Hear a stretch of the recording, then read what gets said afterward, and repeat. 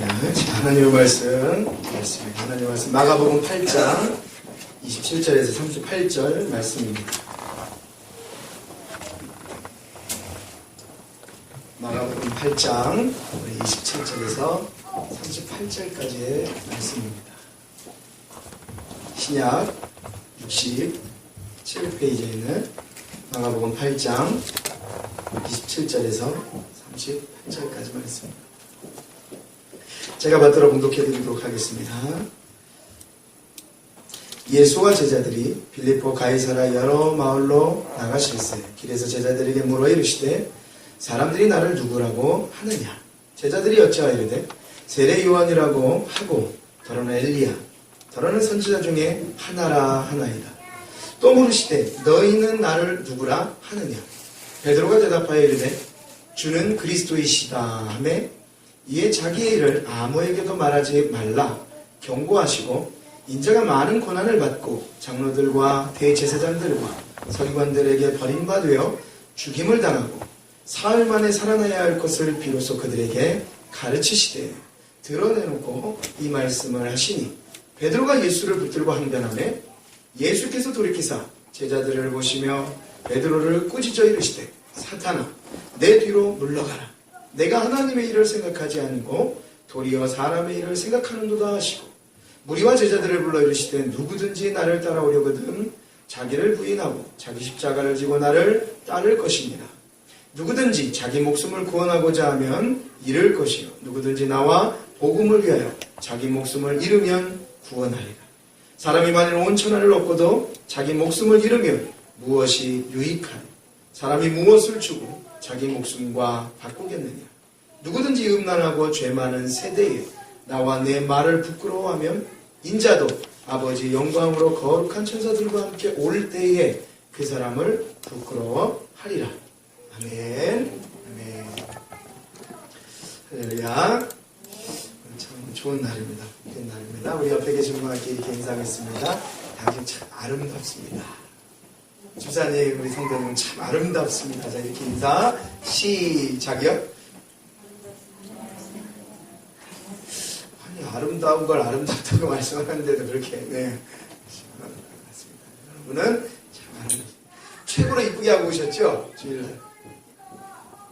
아유, 저도 머리를 단정하고 이렇게 하고 우리 성도님들 최고로 이쁘고 단정하고 좋은 옷은 입을 필요 없습니다. 아주 깨끗하고 단정하고 씻고 이렇게 가진 마음을 가지고 하나님께 예배하는 마음으로 오신 여러분들이 최고의 아름다운 마음, 아름다우신 분들이라 저는 확신합니다. 자, 오늘 이제 함께 하나님의 말씀을 우리가 또 묵상을 해보도록 하겠습니다. 말씀의 제목은 너희는 나를 누구라 아느냐 라는 제목입니다. 이해는 빨리 되시죠? 너희는 나를 누구라 아느냐 라고 얘기했을 때 이제 베드로가 대답하는 내용, 우리가 이 말씀은 많이 그래도 어느 정도 접해본 말씀입니다. 그렇죠? 그러면서 이제 베드로의 고백이 나오고 하는 등 우리가 마태복음을 통해서도 이제 후에 보겠지만 여러 성경에서 복음서에서 아주 어떻게 보면 우리 기독교인들이 고백해야 할 그러한 아주 중요한 메시지를 담고 있는 것이 오늘 본문 말씀입니다. 그러나 여러분 오늘 본문 말씀이 단순히 제가 우리의 고백은 과연 어떠해야 합니까? 라고 여쭤는 보겠지만 그것이 끝은 아니라는 것입니다. 우리가 흔히 알고 있는 주님은 그리스도시요 살아계신 하나님의 아들이십니다. 이건 이제 마태복음 16장에 있는 16절에 있는 말씀으로 표현하잖아요. 오늘 본문 말씀은 주는 그리스도이십니다. 라고 고백하는데 단순히 본문의 전체적인 27절에서 38절 말씀을 통해서 우리가 주목할 것이 이 베드로의 단순한 고백이 아니라는 것을 여러분 기억하십시오. 더 그 속에 주님이 우리에게 말씀하고자 하는 그 내용, 그것은 지난주와 연이어서 우리에게 가르치고 말씀하고 있다는 것을 기억하시고 염두에 두시고 오늘 우리가 이 본문 말씀을 집중해야 할 것입니다. 자, 그러면 한번 들어가 보시죠. 자, 말씀을 들어가시기 전에 우리 지난주의 말씀이 뭐였죠? 지난주의 말씀.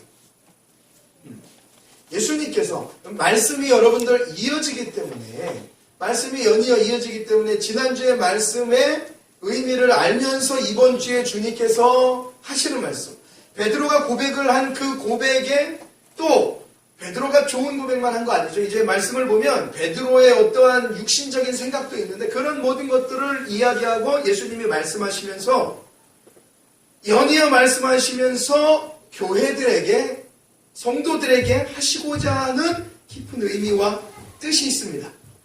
자, 그것을 확인해 보려면 우리 22절 말씀을 한번 펴보십시오. 이거 본문 앞쪽이니까 화면에는 없습니다. 그냥 성경을 우리가 지난주에 봤던 말씀을 한번 제가 쭉 읽어볼게요. 22절부터 한번 확인해 보십시오. 어떤 내용이었는지.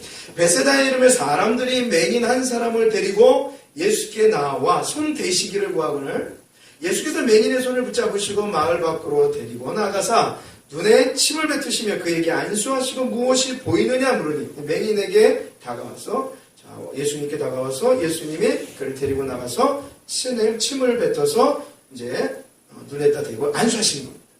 24절 쳐다보며 이르되 사람들이 보이나이다. 나무 같은 것들이 걸어가는 것을 보이나이다. 이것은 이 보이나이다 할 때 에이드라고 말씀드렸어요. 일반적인 보이다는 블레포라는 원어를 써요. 이런 보이다 이따가도 말씀드리겠지만 같은 성경에서 단어지만 원어는 달라요. 그래서 저희들이 원어와 함께 우리 성도님들에게 말씀을 소개시켜 드려야 될 분명한 의무가 있습니다. 같은 보이나 같지만 희미하게 어떠한 내 경험치에서 보이다라는 개념의 보임을 보여주고 있어요. 근데 25절에 이에 그 눈을 다시 안수하며 그가 주목하여 보더니 나와서 모든 것을 밝히 볼 때에는 블레포라는 원래 단어 보입니다. 보여요. 라는 식의 이 맹인이 눈을 뜨게 되는 사건이 일어나게 됩니다. 자, 그렇게 말씀하시면서 주님이 그 맹인을 향한 이 시대의 눈이 어두운 백성들을 향한 예수 그리스도의 강력한 구원의 의지와 메시지, 너희들의 어두운 눈을 뜨여주겠다. 시대가 어두운 이 시대에 너희들의 눈을 밝히 보여서, 여러분 밝히 보이면 뭐 한다는 얘기입니까? 밝히 보이면 예를 들어서 왜 마술사처럼 그 뒤에 있는 게 보여요 막 그런 게 아니라는 거예요. 어떠한 내가 이 밝히 보이는 은혜와 능력으로 말미암아서 그 앞날을 확인할 수 있고 어떠한 사람들이 원하는 것을 보여주고 점을 치고 그런 것이 아니라는 겁니다. 여러분 밝히 성경에서 보여준다고 하는 것은 그동안의 세상 모든 만물이나 죄악으로 인해서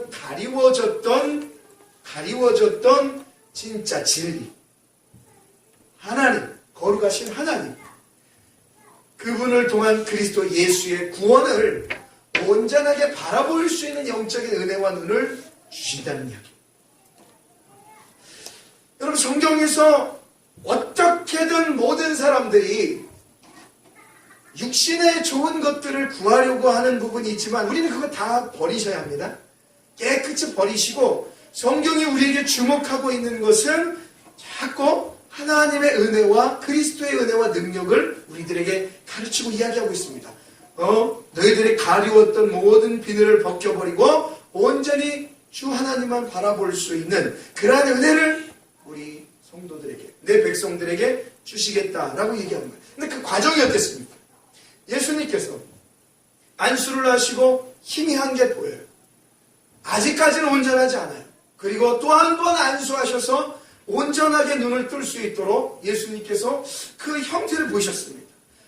한 번에 예수님이 나으실 수 있게 하실 수 있는 분이지만 그 과정을 거치면서 아직까지는 온전하지 않던 맹인의 이 치료하는 과정을 통해서 깨끗하게 하여 주셨다는 거예요. 그걸 보면서 여러분 우리가 예수를 믿고 이 땅에 살아나가면서 한 번에 우리가 예수 믿었다고 우리의 어떤 신앙적인 구원적인 인생의 삶의 모든 것들이 한 번에 끝나지 않습니다.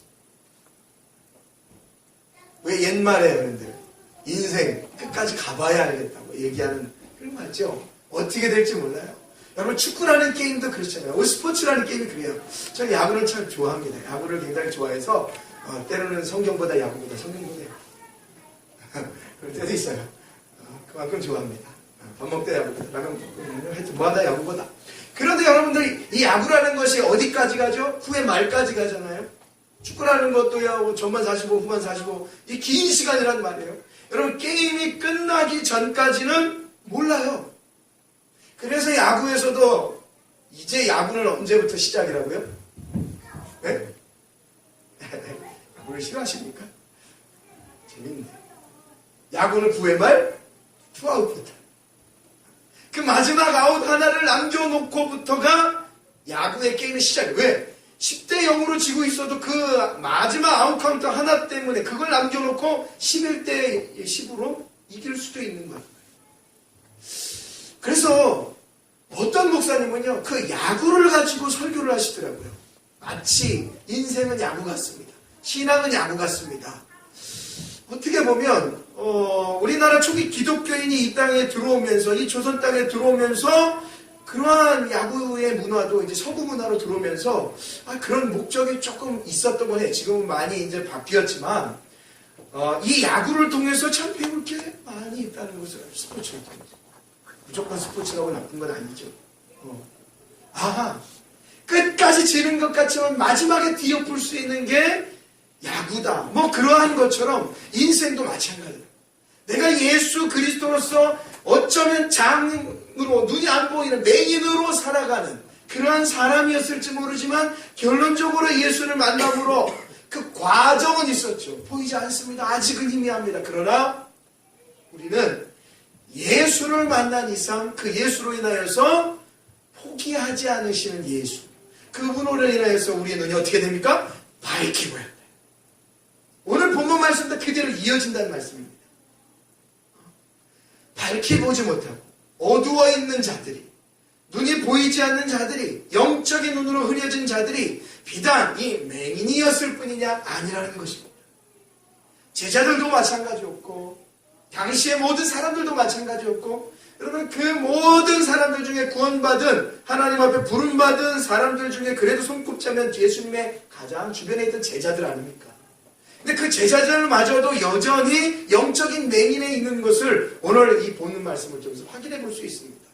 어느 누구가 베드로의 고백이 온전한 고백이라고 하며 그 베드로만을 아주 칭송하고, 야, 베드로가 정말 천국 열쇠를 가진 중요한 인물이다. 그가 일대 교황이다. 라고 얘기하는 종교의 사람들처럼 그렇게 베드로를 거의 신봉하다시피 할 수는 없는 것입니다. 여러분, 사람은 사람입니다. 베드로도 사람이에요. 바울도 사람이에요. 누구든지 다 이 땅에 육신의 몸을 입고 온 사람은 사람일 뿐입니다. 그리고 그 인생 마감하면 후에 심판받을 영혼일 뿐입니다. 그 누구도 사람이 신처럼 예배를 받거나 존경을 받을 수는 없다는 것이죠. 오늘 본문도 이제 말씀은 마찬가지입니다. 그런 제자들, 특히나 이 베드로의 고백을 보면서의 영적인 맹인들이 점점 어떻게 되어가는지, 예수가 누구신지, 예수가 어떤 일을 행하셨는지, 그 예수가 행하시는 일 속에 제자들의 반응은 어떠한지, 그 제자들의 반응이 뭡니까? 지금 제가 전에 말씀드렸던, 지난주에 말씀드렸던 맹인과도 같습니다. 그게 우리의 마음입니다. 그러면 그 맹인들이 눈을 떠 밟아가야 할 참된 그리스도인의 삶은 과연 무엇인지, 여러분 이 말씀이 오늘 본문 말씀에 다 들어있습니다. 자, 말씀을 한번 보시도록 하죠. 자, 차근차근히 이제 말씀을 확인해 보겠습니다. 자, 27절 말씀입니다. 이렇게 예수님께서 26절까지 맹인을 뜨는 과정을 통한 이 시대의 영적 어두운 자들에게 하시며, 오늘 27절 이어서 예수와 제자들이 빌립보 가이사라 여러 마을로 나가실새 길에서 제자들에게 물어 이르시되 사람들이 나를 누구라고 하느냐라고 말씀합니다. 여러분 성지순례를 다녀오신 분들도 계실 거고 아직 못 가신 분들도 계실 텐데, 빌립보 가이사랴라는 지역이 하나가 나옵니다. 예수님께서 그 전까지 베세다라는 지역에서 맹인의 눈을 뜨게 했어요. 그런데 이 베세다라는 지역을 떠나셔서 또 빌립보 가이사라는 지역으로 가서 그 마을에서 다니시다가 길가에서 예수님이 제자들에게 사람들이 나를 누구냐고 물어봅니다. 그런데 여러분들 이 지역 하나하나 속에서도 의미가 있다는 걸 기억하십시오. 여러분 벳세다 하면 어부의 집을 이야기합니다. 그리고 이 빌립보 가이사랴라는 지역은 잠깐 이 배경을 좀 말씀을 드려드리도록 하겠습니다. 여러분 예수님이 탄생하실 때에 예수님이 탄생하실 때에 그 예수를 죽이려 했던 왕이 어떤 왕인지 아십니까? 헤롯 아시죠? 들어보셨죠? 헤롯 그렇게만 얘기하면 안 되고 헤롯 대왕입니다. 그러니까 헤롯 가문의 대왕입니다. 이 헤롯 가문의 대왕은 저 밑에 있던 팔레스틴 지역 밑에 있던 에돔족 속의 혈통입니다. 에돔족 속의 혈통이 올라와서 이 유대 땅을 다스리고 괴롭히는 겁니다. 근데 이 헤롯 대왕이 누구의 힘을 얻느냐? 여러분 아시죠? 알렉산더 이후에 그 지역을 점령했던 로마라는 나라예요. 로마에게 이 헤롯 대왕이 사바 해가지고 저를 이 유대 땅을 다스리게 해주십시오. 제발 좀 다스리게 해주십시오. 근데 이때 이 로마의 왕이 여러분이 아시는 가이사, 옥타비아누스라는 왕, 이 황제였습니다. 이 황제가 그래? 그러면 헤롯 대왕 네가 이 유대 지역을 다스려라 하면서 준 땅 중의 일부가 바로 이 빌립보 가이사라라는 곳입니다. 그러니까 원래 그때 땅을 줄 때 이름은 파니아스라는 이름이었어요. 파니아스. 이 땅을 준 거예요. 그러니까 유대 땅 북쪽에 있는 갈릴리 바다에서 저 북쪽 위쪽으로 있는 땅입니다. 그 위에는 헬몬산이 있어서 아주 풍부한 물과 자원들이 갈릴리 바다처럼 있던 곳이에요. 근데 이곳을 이 헤롯 대왕이 받고 너무 좋아가지고 열심히 이 가이사의 신전도 궁정도 만들고 또 로마의 지원도 받고 점점 그곳이 마치 빌립보서에 나오는 이 빌립보 땅처럼 굉장히 잘 사는 좋은 지역이 됩니다. 문명도 발달, 문화도 발달하고 사람들의 삶의 수준도 발달하고 여러분 로마의 지원을 받으면 일단은 세상 문화로 가득 차게 됩니다. 눈은 좋아요. 잘 살긴 해요. 그러나 거기에는 뭐가 있습니까? 우상이 있습니다. 세상이 있다는 것이죠. 여러분 근데 그때만큼의 여전히 이 헤롯 대왕이 있을 때에도 파니아스라는 이름이었는데 이 헤롯 대왕이 죽고 나서의 헤롯 빌립이라는 이 아들이 이 땅을 다시 로마 황제로부터 그 다음에 황제인 디베로라는 이 가이사로부터 받게 돼요. 이 땅을 여전히 네가 다스려 라고 얘기합니다. 다스리게 돼요. 다스리게 되는데 이 왕도 역시 마찬가지로 그 로마의 이 가이사에게 잘 보이기 위해서 그 도시 이름을 확 바꿔버립니다.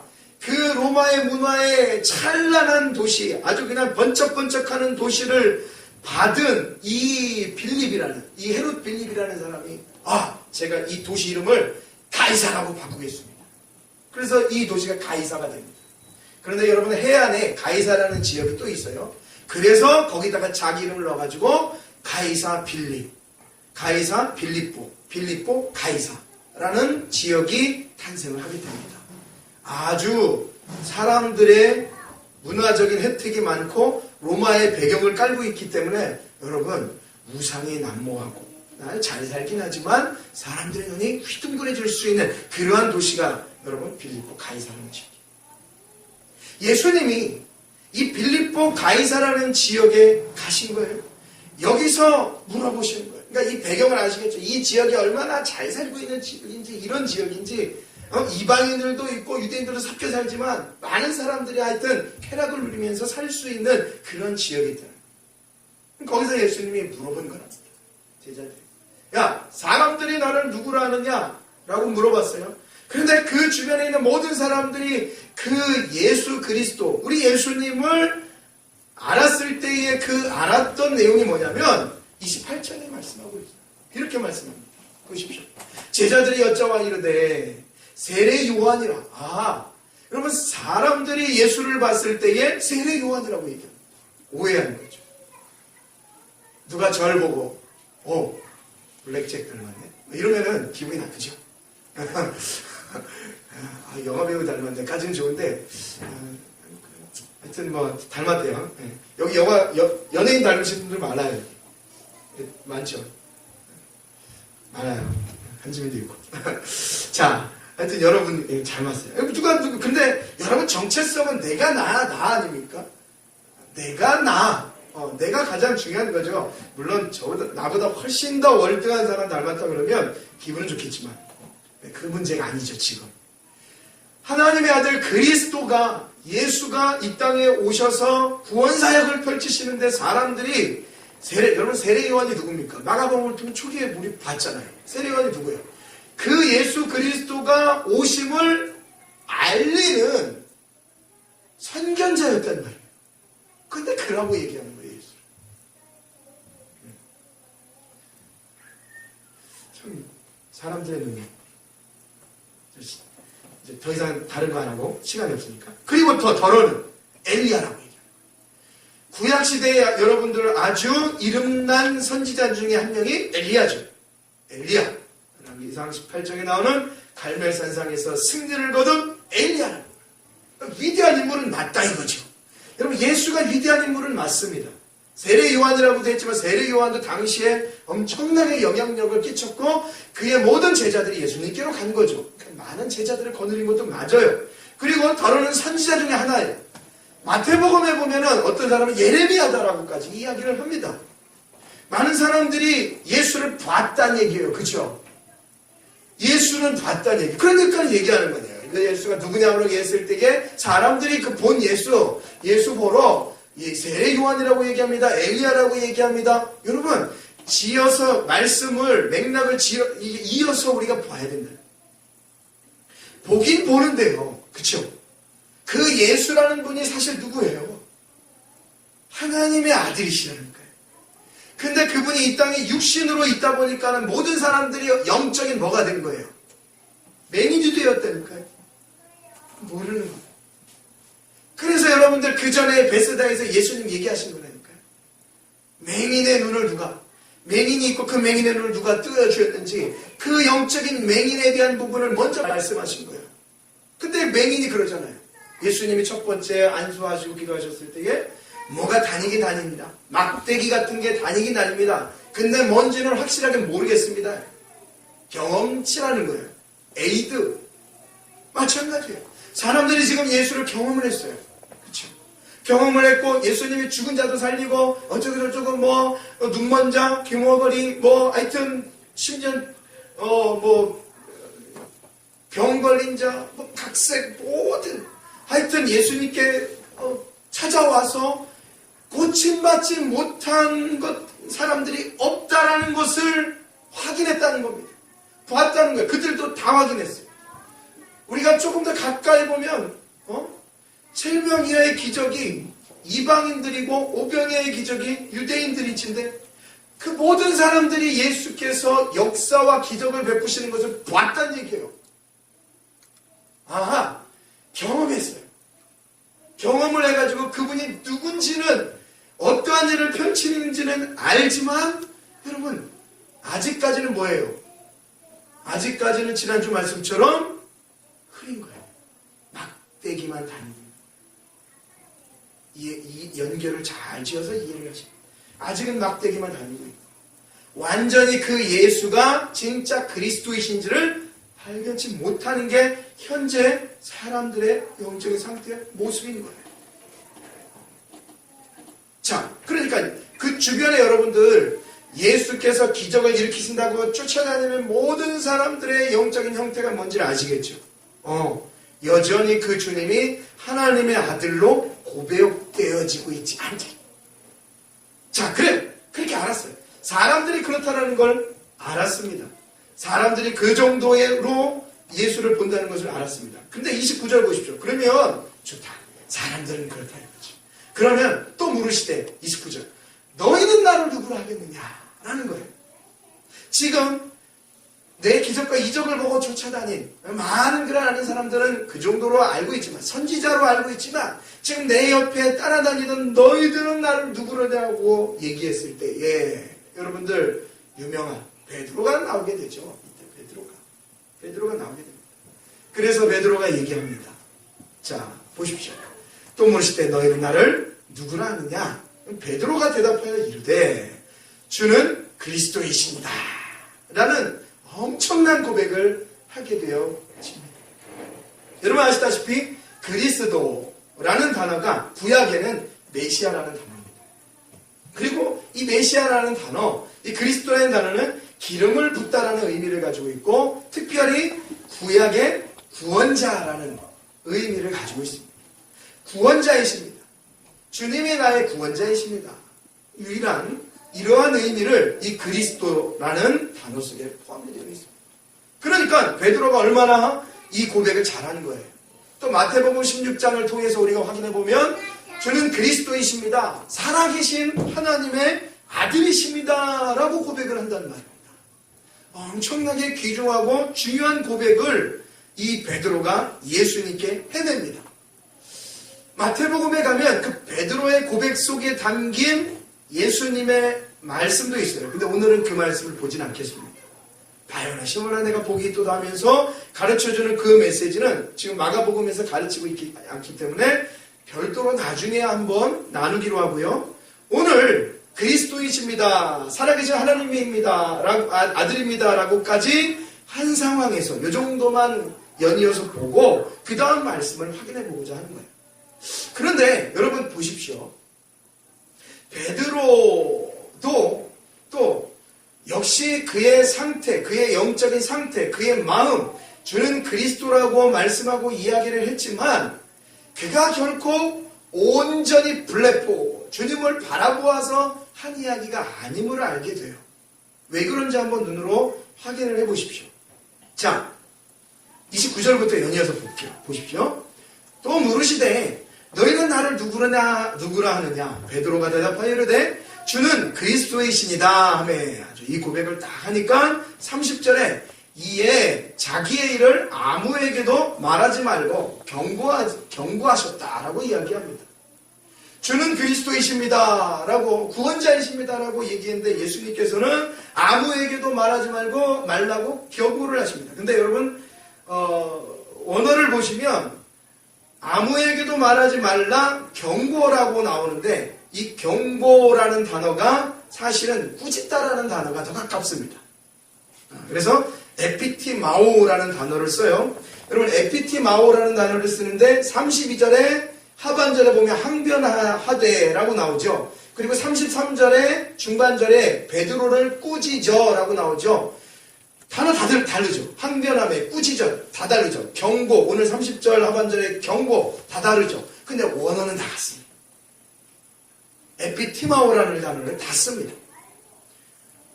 그러니까 이 문법의 어법을 따라서 이 해석적인 내용을 조금 다르게 하는 것이지 원어는 다 에피티마오라는 얘기. 이게 뭐냐면 꾸짖는다는 거예요. 혼낸다는 얘기입니다. 따진다는 이야기입니다. 그러니까 예수님께서 베드로의 영적인 상태와 마음을 알고 계신 거예요.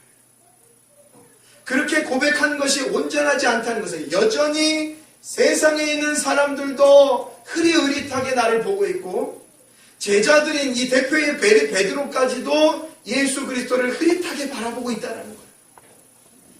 저와 여러분은 제가 제목으로 너희는 나를 누구라냐고 말씀드렸지만 그 진정한 물음이 우리에게도 있어야 되는 거예요. 여러분 베드로마저도 실패합니다.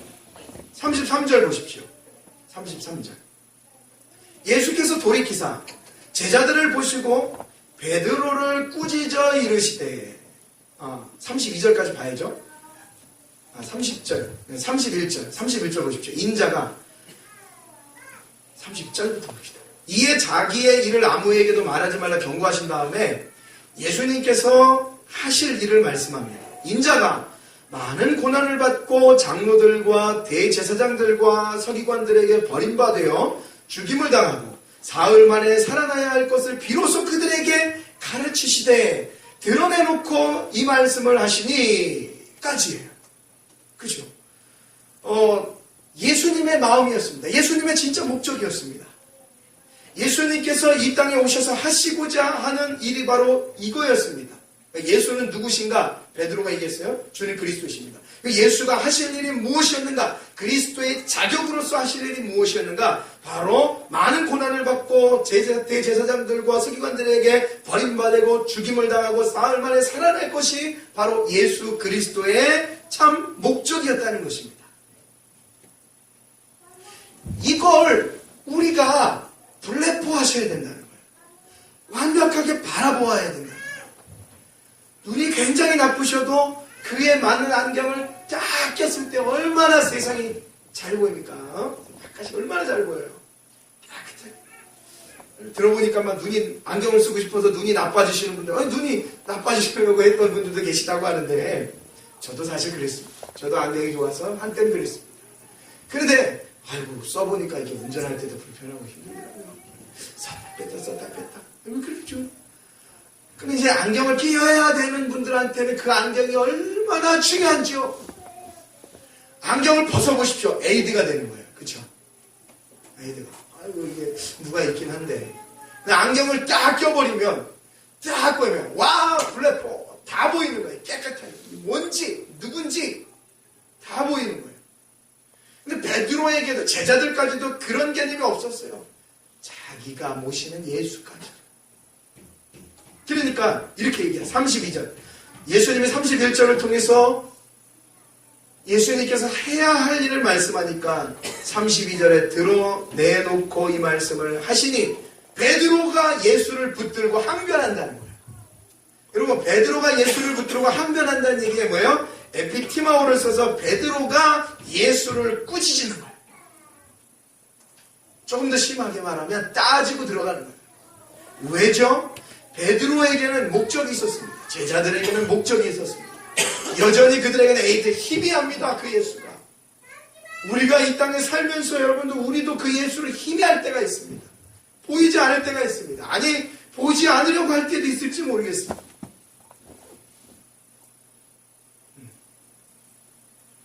아직까지 베드로는 예수가 예수로 안 보입니다. 여러분 그리스도라고 고백하면 그것이 끝인가? 아니라. 그렇구나. 저와 여러분 예수를 입으로 그리스도라고 고백하는 것만이 끝이 아니구나. 그것은 여전히 우리에게 있어서 희미할 수가 있구나 라는 거예요. 예수를 붙들고 항변합니다. 그 얘기는 여러분 그 이후에 이야기가 예수님의 말로 가지만 이 제자들의 또 베드로의 의미는 그겁니다. 예수님이 왕이 되셔서 우리에게 한 자리를 주셔야 합니다. 우리에게 특권을 누릴 수 있는 자격을 주셔야 합니다. 예수님은 그러기 위해서 오셨습니다. 제 육신 것을 채워주십시오. 예수님. 그래서 예수님이 31절처럼 대제사장들과 바리새인들과 서기관들에게 죽임을 당하면 안 되십니다. 그들은 부활이라는 걸 몰랐습니까? 죽고 사흘 만에 살아난다? 그 예수가 무슨 영향력이 있겠습니까? 힘이 있겠습니까? 없어요. 죽는 거예요. 베드로가 그 소리를 들었을 때에 애들 말로 확 돌아버린 겁니다. 완전히 뒤집어져 버린 거예요. 그 에피티마오 하는 거예요. 항변 따져버리는 겁니다. 당신 그러면 안 됩니다. 혹 주석에는 어깨를 잡고 밀치며 라고 써 있습니다. 예수께.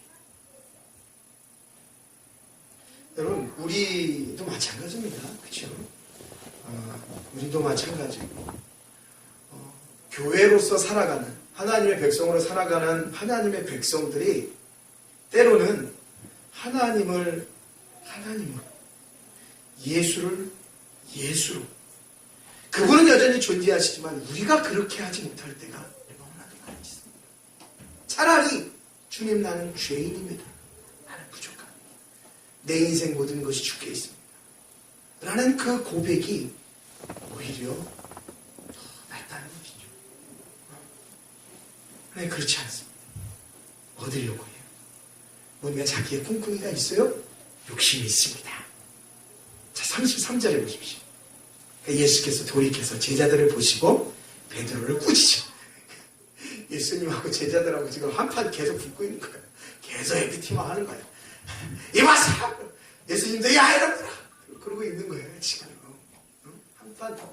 그러니까 여러분들 지금 속에서의 제자들은요, 우리 제자들 그렇잖아요. 아, 예수를 모셨으니까 이 거룩한 제자들, 예수를 모시는 제자들, 훌륭한 제자들. 아닙니다. 제자들도 다 아무것도 안 했어요. 껍데기밖에 없었어요. 지금의 제자들은 그렇습니다. 그것이 아마 이후에 바뀌어지는 제자들의 모습을 보면 한 과정이 아닐까요? 그렇죠? 저와 여러분들이 하나님의 백성으로서 온전해져 가는 과정의 길이 참으로 힘들고 어렵고 때로는 그 예수를 부인할 때도 있지 않을까? 베드로가 나중에 부인하는 거죠. 자, 33절에 예수께서 돌이켜 제자들을 보시고 베드로를 꾸짖어 이르시되 예수님이 이렇게 얘기하십니다. 아, 베드로가 온전치 않다는 것을 지금 보여주는 거예요. 사단아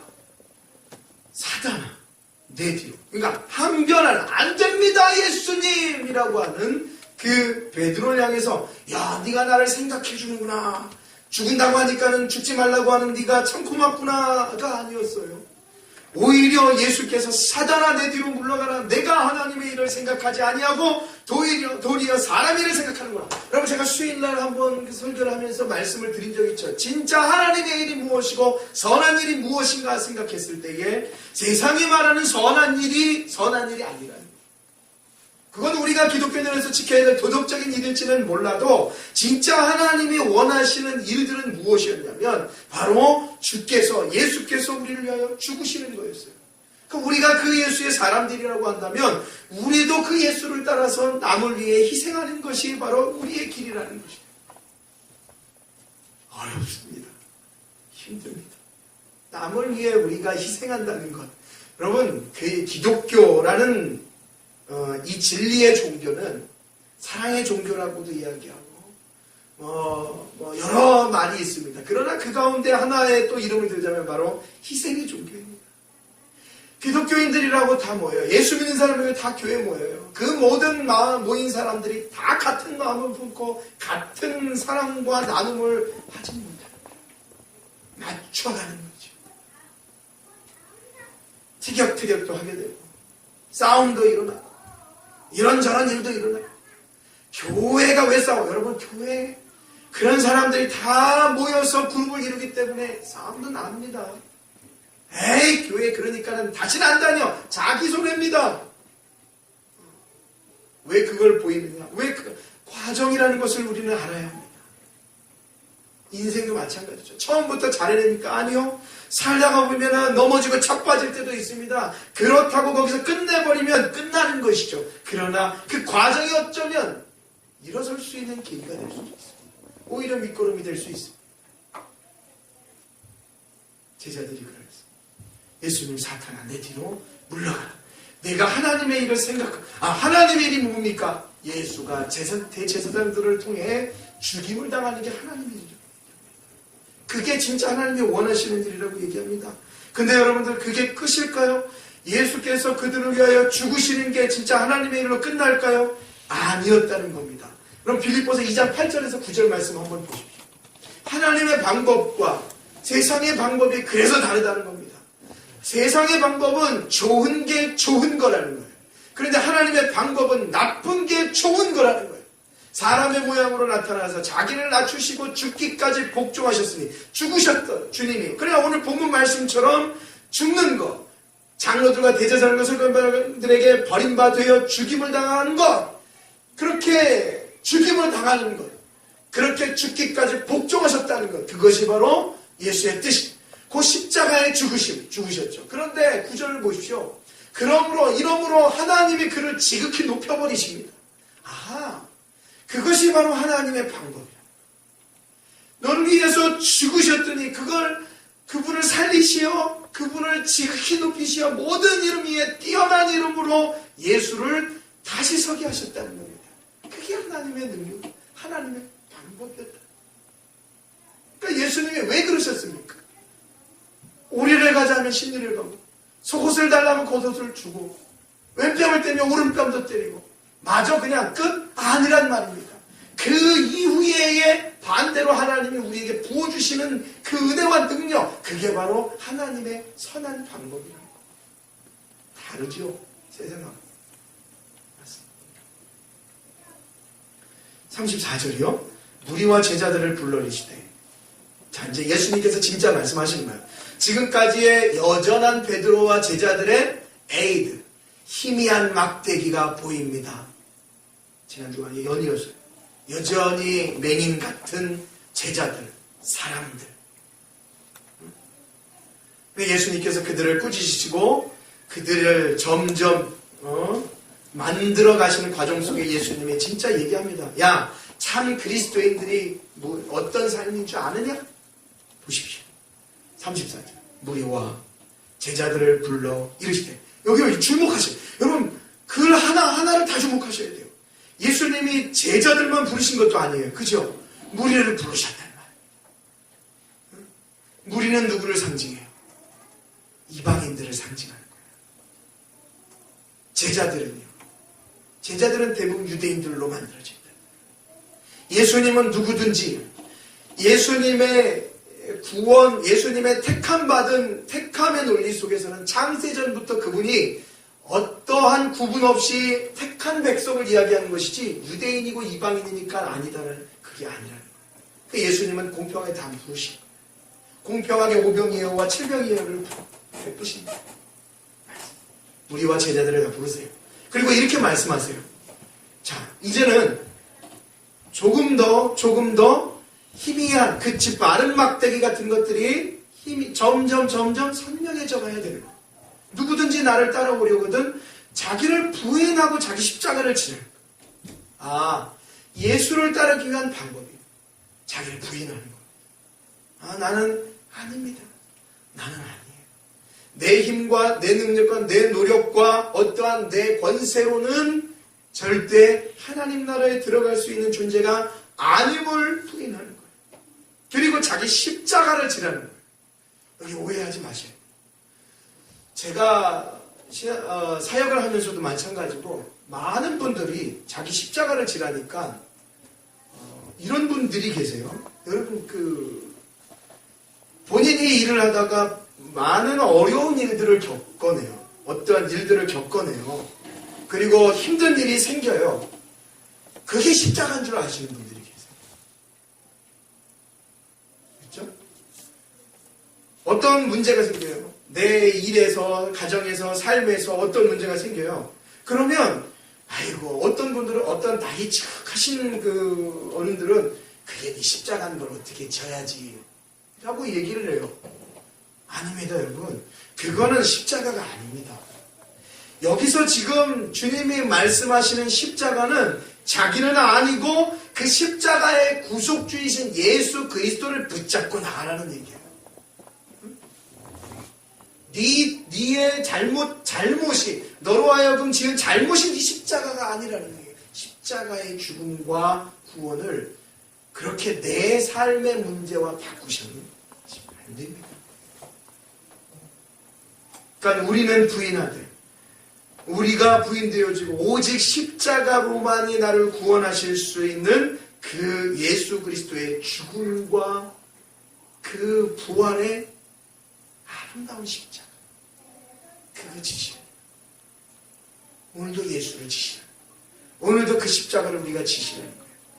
왜 십자가가 교회마다 걸려 있습니까? 그 예수를 생각하시라. 그 예수를 기억하시라고. 그 십자가에 순복을 하라는 얘기, 신봉을 하라는 얘기가 아니고. 또 얘기, 35절. 누구든지 자기 목숨을 구원하고자 하면 잃을 것이요. 누구든지 나와 복음을 위하여 자기 목숨을 잃으면 구원하리라. 여러분, 저는 이 35절 말씀을 보면서요, 당장 떠오른 인물이 있어요. 누구죠? 예, 저 개인적으로. 우리 이순신 장군이 떠오르는 거예요. 이순신 장군이 떠오르는 거예요. 이순신 장군 전 필사즉세. 살고자 하면 죽을 것이요. 죽고자 하면 살 것이다. 그러더라. 가자! 라고 했던. 근데 이순신 장군이 먼저 한 얘기는 아니죠. 예수님이 성경이 이미 그래서 저는요 인생들이 이렇게 한 라인에서 아담으로부터 흘러내려온 그 모든 이야기들과 결국은 그것도 한자거든요. 잠시 창조과학하면서 한자에 대한 그것도 몇 가지 글자를 봐서 봤잖아요. 그게 다 성경에서 흘러나오는 것들이요. 다 하나님께로부터 시작이 되었기 때문에요. 근데 성경이 그렇게 얘기하는 거예요. 자기 목숨을 구원하고자 하면 잃을 것이고 나와 복음을 위하여 자기 목숨을 잃으면 이게 십자가라는 게. 이게 십자가. 그러니까 오히려 반대인 거죠. 그러니까 이렇게 36절에 이렇게 얘기해요. 사람이 만약 원천을 얻고도 자기 목숨을 잃으면 뭐가 유익하겠냐라고 얘기하는 거예요. 그러니까 사람이 온천을 얻고도 자기 목숨을 잃으면 뭐가 유익하겠냐? 그러니까 자기 십자가를 지고 나와 복음을 위하여 목숨을 잃어라. 목숨을 잃으면 어떻게 하겠다? 주어지기 때문에 반대죠. 반대. 그래서 빌립보서 아까 2장 8절의 말씀을 드리고 힘듭니다. 힘듭니다. 예. 나를 희생하는 것이 복음을 위하여 나를 희생하는 것이 오히려 받는 것이다. 내가 얻는 것이다. 라고 얘기하는 거예요. 38절 누구든지 음란하고 죄 많은 세대에 나와 내 말을 부끄러워하면 인자도 아버지의 영광으로 거룩한 천사들과 함께 올 때에 그 사람을 부끄러워하리라 라고 말씀합니다.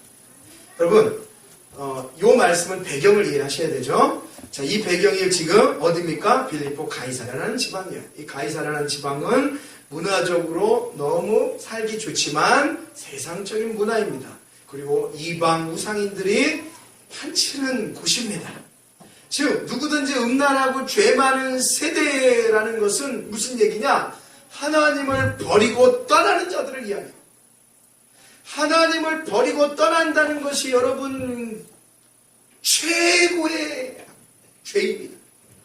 적입니다. 음란입니다. 아픔입니다. 하나님을 버립니다. 예수를 알지 못해요. 그러니까 얘기하는 거예요. 그 시대에 죄 많은 시대에 너희를 유혹하고 우상에 난무하고 좋은 것들이 판치는 이 시대에 너희들이 내 말을 부끄러워하면 인자도 아버지의 영광으로 거룩한 천사들과 함께 올 때 이것은 뭐예요? 종말론적인 신앙. 나중에 예수 그리스도께서 이 땅에 왕의 권한을 가지고 이 땅에 오실 때에 너희들이 죄 많은 세상 속에서 나를 부끄러워해버리면 나도 그때는 너희들을 부끄러워하겠다 라고 우리에게 말씀하십니다.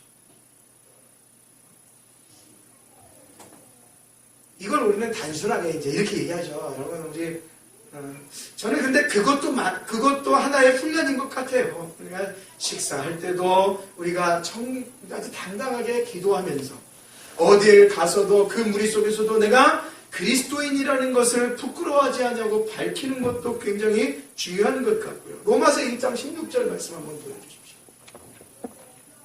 로마서 1장 16절. 우리 다시 한번 읽어봅시다. 시작! 내가 복음을 부끄러워하지 아니하노니 이 복음은 모든 믿는 자에게 구원을 주시는 하나님의 능력이 됨이라. 그리고 먼저 우리에게는 먼저 유대인에게요. 그리고 헬라인에게로다. 글씨가 저는 좀 작아서. 자, 보십시오. 내가 복음을 부끄러워하지 아니한다라고 바울이 선포하는 거예요. 왜? 이 복음은 모든 믿는 자에게 구원을 주시는 하나님의 능력이고 그것이 헬라인과 유대인들에게 다 포함이 되어지기 때문에 그렇습니다.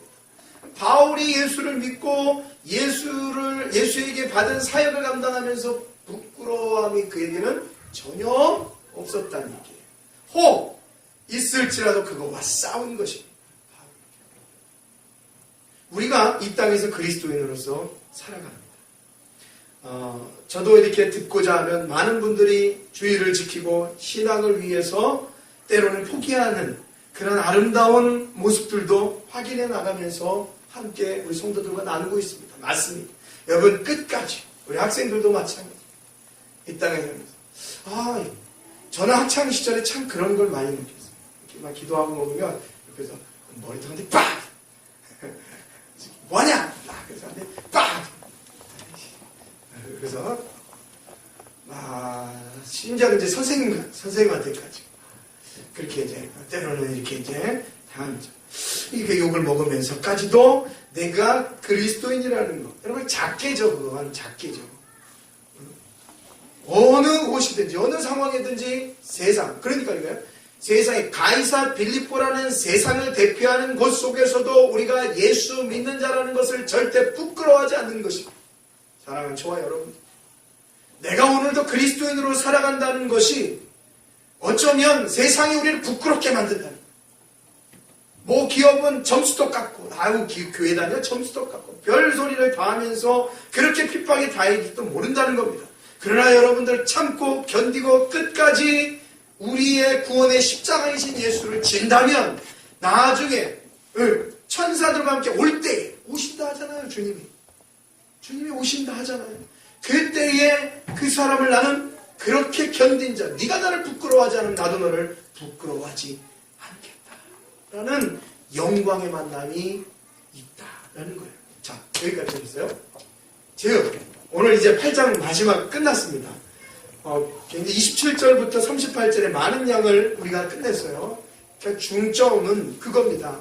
그 전에 있는 말씀들이 이 말씀을 이해하기 쉽게 만들어줘요. 제자들이나 무리들이나 모든 사람들이 처음에 그의 영적인 눈은 맹인이었다는 거예요. 어두웠단 말이에요.